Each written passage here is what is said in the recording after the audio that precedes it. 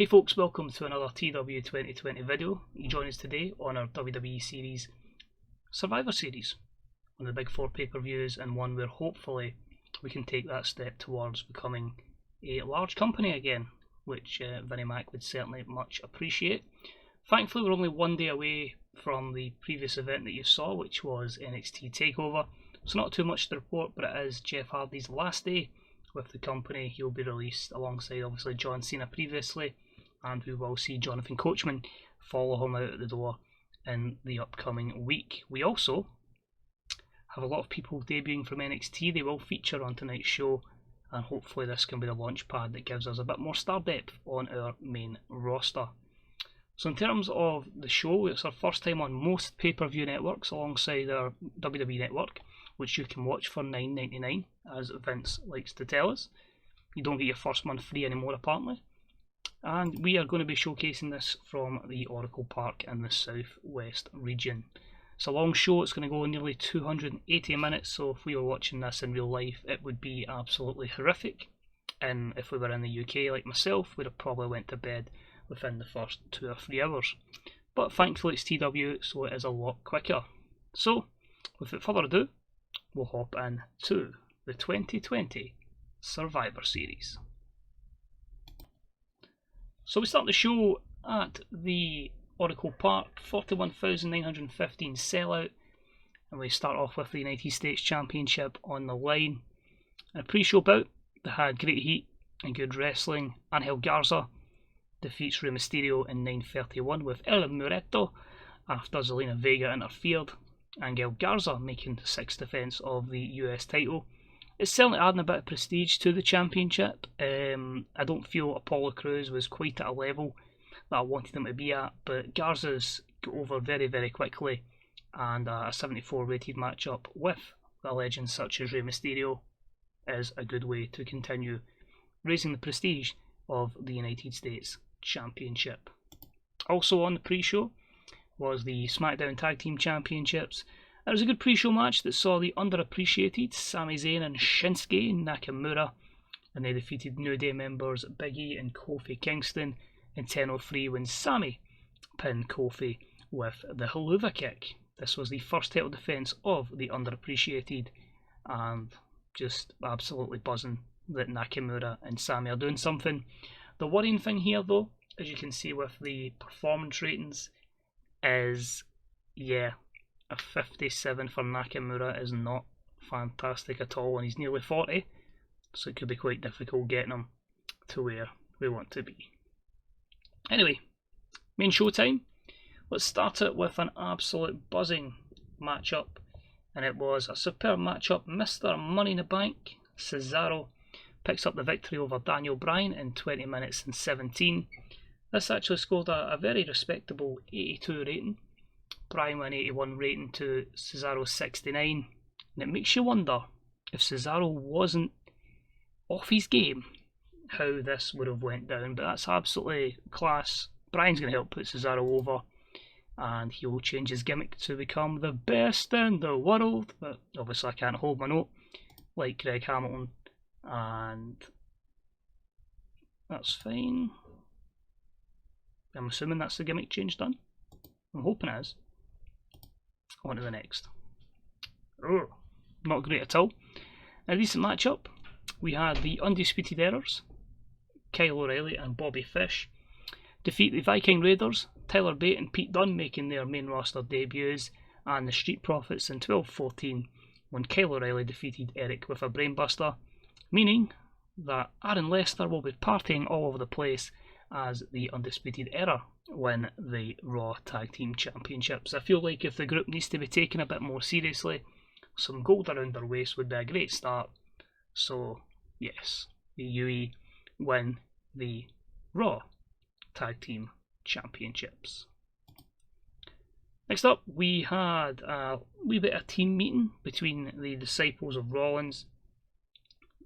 They tend to struggle a bit when Seth's not scripted, but I don't really want to get him unhappy in any sort of way.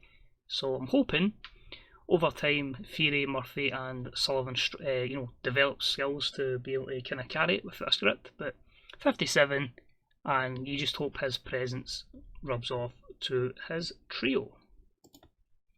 But they were in action, and they took on Keith Lee, Kevin Owens and Finn Balor, who beat the Disciples of Rollins in 13:37 when Keith Lee pinned Murphy with a power slam.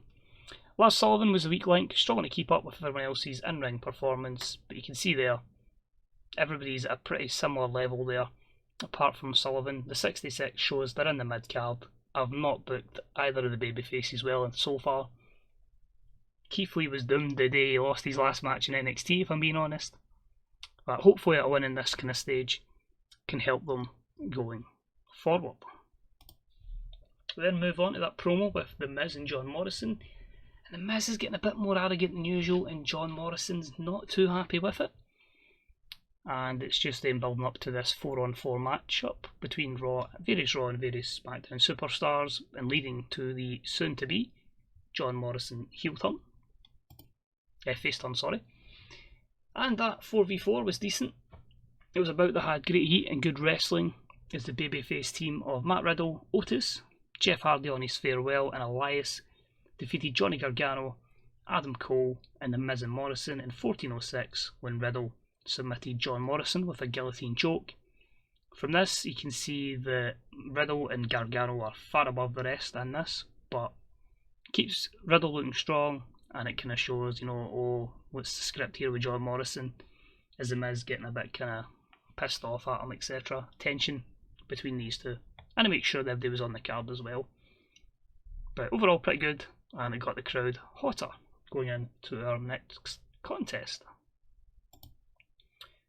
But before that, Matt Riddle's been talking crap on the internet about Brock Lesnar. Brock Lesnar's had enough. Brock Lesnar's kicking the crap out of Matt Riddle, and that gets an 86 rated segment. Please make sure I don't forget to do Riddle versus Lesnar at Royal Rumble, because that's the plan. Next up was the Raw Women's Championship, and about that had great heat and good wrestling. Shayna Baszler defeated Asuka and Charlotte Flair in 17:44 when Shayna submitted Asuka with a Kimura. This gave Shayna her second win in defence of the Raw Women's Championship. So pretty good, we're up to 77. Still about another 13 off where I'd like to get the women to in terms of a segment rating. Asuka with a fantastic 76 performance, but with someone coming to the main roster that's going to propel this division even higher, I'm really hoping that we can get the ladies up to 90 rated matches at one point on pay-per-view. And once Raw's sorted, we'll do like a couple of switches with a couple of draft picks, etc. And then maybe Asuka, Shayna can go over and help the likes of Sasha and Bayley as well. But yeah, certainly a thriving soon women's division. And there we go. One to the main roster. Io Shirai says hello to Asuka. So Asuka versus Io Shirai. Oh, I just can't wait to book that at TLC and see what kind of rating I get, because that's going to be phenomenal. So, also on the main roster, Io Shirai. Next up was the matchup between Roman Reigns and AJ Styles, and about that had fantastic heat and great wrestling. Roman Reigns defeats AJ Styles with a spear. A simple and effective match, keeping Roman away from the title, keeping him looking strong because he's the big dog, Vince's boy, and the 81, yeah. And to be fair, as much as the character can get boring in real life, he's absolutely been solid for me in TWs, so I'm quite happy to book him strongly, and AJ will go back down to feuding with the likes of Riddle, Bryan, and the kind of IC department. Next up, we've got a hype package. For some reason, we hear the Greatest Showman music, and this could possibly be the greatest wrestling match ever between Edge and Samoa Joe, as Samoa Joe tells us, and I've heard the vignette for it that many times that that line from Samoa Joe is drilled into my head, and that's why I constantly repeat it. So Edge v Joe, 74. The match actually was surprisingly pretty good. Fantastic heat, great wrestling. Samoa Joe defeats Edge in 11:54 with a Kikuna clutch. 79. Please elevate Samoa Joe. I'd like him to get a championship win, if that's not too much to ask. Please, Edge. Pretty please. Both men with declining physical ability, so our future certainly won't be both guys, but there's more longevity to Joe than there is Edge. Randy Orton issues an open challenge, and this time it is Tommaso Ciampa who takes it after Keith Lee took it at SummerSlam. And here we go, this is the big one. How will Ciampa versus Orton go? But I get a 74. 73. Ugh. Not great. I was kind of hoping that I'd go to about an 80. But in a bout that had great heat and good wrestling, Tommaso Ciampa defeats Randy Orton in 23-27 with a Project Ciampa. 73 is a bit disappointing, Orton off his game, but this is one where I think you'll more see a reflection of this when you see the overness post-show, although it won't be as big a gain or loss because there wasn't a storyline attached to it. Because obviously Tommaso is just up from NXT after performing at TakeOver the night before. He might actually be in a situation as well where he'll have a bit of fatigue, and that might have been an issue because he had that 30-minute match the night before. Saying that, it's not showing up that he's fatigued, so, well, maybe get a new item. Next up, a matchup that's been horrible, that should have been great, exceptional matchup. Drew defeats Andrade in 23-21 with a Future Shock DDT. A 76. This match is easily going to get an 83 and 84. This is hampered because of Drew sustaining a damaged heel, which will take a few points off, and Drew being off his game. So I expect Drew to benefit from this, despite a very, very bad day at the office. Thanks, Devon. Next up was the Hell in a Cell match that had fantastic heat. The Buried Alive match that had fantastic heat and great wrestling. And Braun Strowman defeats The Undertaker in a Buried Alive match in 11:42 when The Undertaker was trapped under lots and lots of dirt. A 71 here. The match suffered because of lack of selling and the fact that Taker visibly tiring after an 11-minute match. And what we'll do is, after the show, we'll put him on a 3-month holiday so we can decide if he wants to come back for WrestleMania, because it could pop up and say he retires. I've seen that in plenty of saves before, so if not, it comes to worse, he retires 30 years for his debut, so there's that as well. That's a nice wee omen. And then just Braun Strowman going because he's buried Undertaker and Braun Strowman does that kind of thing. So a 78, hopefully Strowman comes out looking $1 million. This actually went a lot better than I thought. An exceptional matchup. Really? The Fiend defeats Goldberg in 7:51 with Sister Abigail, and The Fiend makes the second defence of the Universal title. A 79. Goldberg at a 73. The Fiend win 91. They apparently had great chemistry, but the match suffered because of a lack of selling. But Goldberg struggling to go 7 minutes, but that might have been £1.2 million worth using. Oh, the crowd's burnt out. Uh-oh. Please, Sasha, etc. Bring the crowd down. After the match-up, Goldberg just gets his ass kicked by The Fiend. That gets an 81. Hopefully we never see Goldberg in the company again.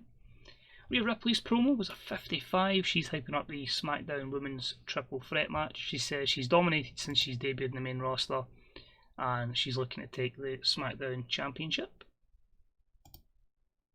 And this match didn't even lower the crowd's mood, even though it only got a 55 rating. And it was Sasha Banks defeating Rhea Ripley and Bayley in 12:14 when Sasha pinned Bayley. During the matchup, I had the likes of Billie Kay and Peyton Royce attack Sasha, but Sasha overcomes the Super Cena odds and takes the win to retain her championship for the third time. So it was always going to be Bayley taking the fall here. We need to keep Rhea looking strong and the title on Sasha at the moment, but 55, I'm just a wee bit disappointed it didn't lower the crowd, so badly burnt out crowd. The temptation to put in a Lars Sullivan, just a video, just take the crowd down a wee bit, but nah, we'll jump to our main event.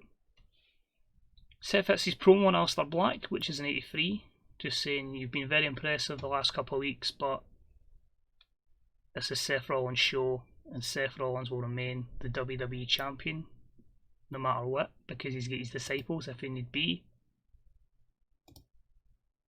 Oh, that flopped. It's going to be a loss in pop.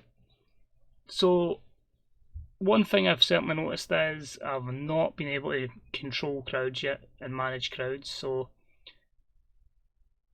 I'm probably going to have to put jobbers out like the third last match just to properly bring the crowd back down, so you might see some weird combinations going forward. But about the fantastic heat and great wrestling, Seth Rollins defeats Aleister Black in 25-12 with a pedigree, giving him his first defence of the WWE title. At 73, it was a bit risky putting Black in this kind of spot, but I felt like Aleister could have took something off with Seth, but aye, the very badly burnt out crowd I think's hampered us a long way, so that's something I still need to work on. Thankfully though, we don't actually lose any pop, we don't gain any, but I think that's because of a very strong undercard with various good matches there, but we've still a long way to go for where I want to be, which is obviously ensuring that we're getting constant over 80 rated shows, we're getting pop gains galore, but it does take you a few months to kind of get into your groove. Frustrating, but it is what it is. So we'll jump back here. The good thing is we jump into the first week of December, so we have an idea of how the show was for us financially. And I think we're only a week away before we do have an ability to gain pop again, so we'll have a look at a few things before we end the video. We'll have a look at a few guys pop as well. Well, this decides to load. There we go. So let's have a look at the few things we've got. Jeff Hardy obviously leaving. Drew was about for a few days. 41,000 fans in attendance, drew a lot of praise. Oz. Let's have a look at the Oz show actually, because that's a development company. 54,000 people watched the network, so hopefully that'll get a lot of those people over in a good few areas, so happy with that. I don't think there's anything else there that directly affects us. ROH. That's Maria Mania, I don't know who that is. Right, so Jeff Hardy's gone. We've got another tag team on Raw as Breezango will now be in full effect with the Dancing Man back.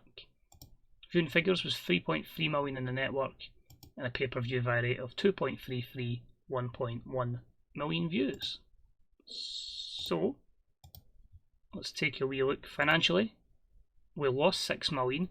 That sounds bad, but look at this key thing here. I upgraded my media in many places. 12 million more than last month, so I'd say we'd probably make 6 million profit. And we had a wee loss on merchandise as well. So I would say we're in a good position to probably on average make about 4 million a month profit, considering that was obviously one of the higher standard pay-per-views. So not too shabby with that. We'll quickly jump to this to see who benefited and who did not from the event. Black stays about the same, Andrade roughly about the same, Garza the same. Who'd a big win? Drew had a big win, 84. Edge is down to 70. Hopefully see a big gain for Samoa Joe. Kevin Owens and Keith Lee. Well, Keith Lee's moved up to 52. Kevin Owens up to about 59. It's not horrible in terms of their average overness. Randy Orton, he's had a horrible decline there. We'll need to look at. Joe's had a good boost up to 75. Seth is pretty much as over as you're going to get. Tommaso Ciampa, oh well, 67, 68, a couple more wins and then you elevate him to main event level, so there is that. But that's just Raw. How did our SmackDown brand do? Well, The Fiend is maxed out at 85, so we need to get up a level for that to be fine. AJ Styles still at the 70s for overness. Strowman is close to being maxed out.